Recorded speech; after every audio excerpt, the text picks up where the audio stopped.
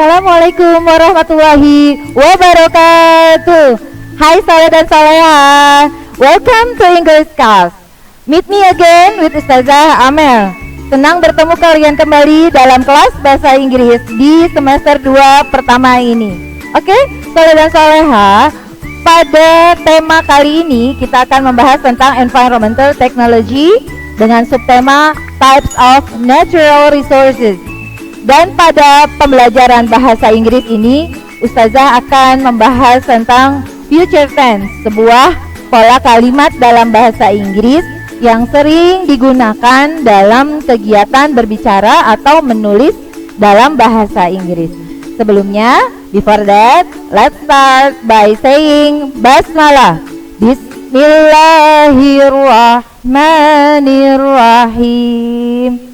Oke, Saleh dan Saleha, apa yang akan kita bahas yaitu mengetahui penggunaan kalimat future tense. Kemudian Saleh dan Saleha diharapkan setelah mempelajari materi ini dapat menuliskan kalimat future tense dalam bahasa Inggris dan juga berbicara dalam bahasa Inggris menggunakan kalimat future tense. Oke, let's check it out materi selanjutnya. Ya, ini ya yang akan kita bahas adalah future tense. Simple future tense adalah bentuk tense yang digunakan untuk menyatakan suatu kejadian yang di masa akan datang atau belum terjadi dan bisa juga direncanakan. Ya, sering digunakan dalam penulisan dan percakapan bahasa Inggris. Penggunaan tense ini identik dengan kata will or shall atau be going to. Pada kesempatan kali ini, Ustazah akan membahas future tense be going to. Apa sih perbedaannya untuk future tense be going to dengan will? Nah, simak baik-baik. Future tense be going to ini digunakan untuk menyatakan sebuah kegiatan yang akan berlangsung dan persentase kejadiannya itu atau rencana yang akan kita lakukan sudah lebih dari 90% kemungkinan akan terjadi dan kita sudah merencanakannya dengan baik. Ini adalah penggunaan be going to. Berbeda dengan will. Kalau will itu perencanaannya masih di bawah 90% dan bisa jadi bisa tidak. Penting untuk diingat, be going to bisa kita gunakan untuk menyatakan sebuah kegiatan yang sekali lagi sudah kita rencanakan baik-baik lebih dari 90% atau kemungkinan kejadiannya itu sudah di atas 90% di waktu yang akan datang. Ya, dalam bentuk kalimat kita mengenal ada bentuk kalimat positif, ya, interrogatif dan kalimat negatif. Ustazah akan bahas bentuk kalimat positif dari be going to. Yang pertama, terdiri dari subjek. Saleh dan Saleha masih ingat apa itu subjek? Subjek itu kalau dalam bahasa Indonesia adalah pelaku. Ya, bisa saya, kamu, dia, mereka, atau dia laki-laki, dia perempuan, he or she. Tambahkan to be, is, am, atau are. Kemudian tambahkan going to. Jangan lupa pakai verb one dan tambahkan objek atau bendanya.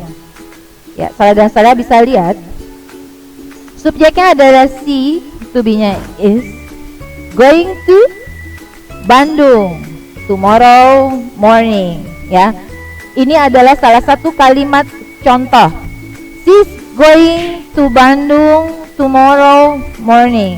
Jadi selain objek, di belakang kalimat future tense bisa ditambahkan keterangan waktu seperti tomorrow atau next week, ya. Kalau tidak pakai keterangan waktu pun sudah bisa dinyatakan sebagai future tense. Contohnya di bawah, kalimat di bawah. I'm going to read books. Lihat pola kalimatnya, ada subjek I, to be-nya am, pola tambahkan going to, kata kerja pertamanya read, dan objeknya adalah books. I'm going to read book. Saya akan membaca buku. Ya, bisa ditambahkan keterangan tonight, malam ini, atau besok, tomorrow. Ya, itu bisa digunakan. Kalaupun tidak pakai keterangan waktu, going to sudah menunjukkan future tense. Nah, yang kedua adalah pola kalimat negatif. Simple future tense kalimat negatif, tambahkan not, ya, tinggal tambahkan not saja. Contoh, tadi dia mau pergi ke Bandung. Lawan kalimatnya adalah dia tidak pergi ke Bandung. Maka sebelum going to tambahkan not. Bisa disimak pola kalimat yang ditulis, ya. She is not going to Bandung tomorrow morning. Artinya dia tidak akan pergi ke Bandung besok pagi. Contoh kalimat kedua, I'm not going to read books. Saya nggak akan membaca buku malam ini misalnya. Saya tidak akan membaca buku malam ini. I'm not going to read books tonight. Pola ketiga adalah interrogatif. Simple future tense dalam bentuk interrogatif. Apa pola kalimatnya? To be-nya diletakkan di depan.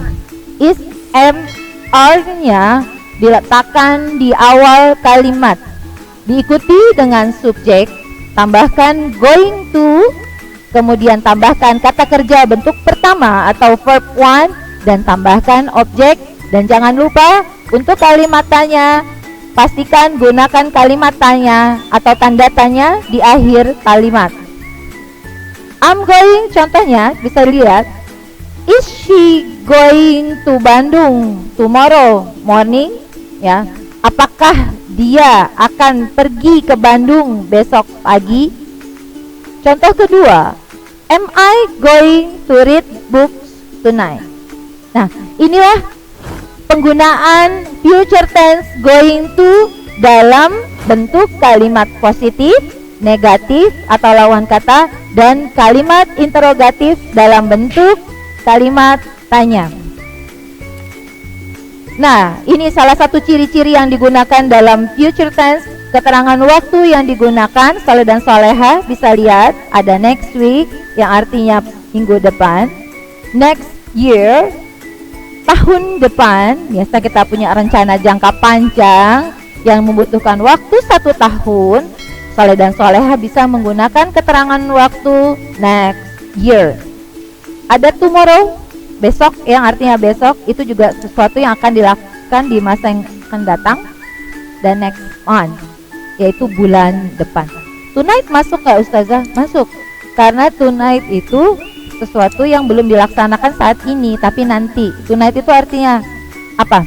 Malam ini, ya berarti nanti malam atau nanti malam. Jadi segala sesuatu yang direncanakan untuk waktu yang akan datang, atau 2 jam kemudian juga bisa waktu yang akan datang, 2 hours later, ya bisa. Itu juga masuk keterangan waktu dalam future tense, ya.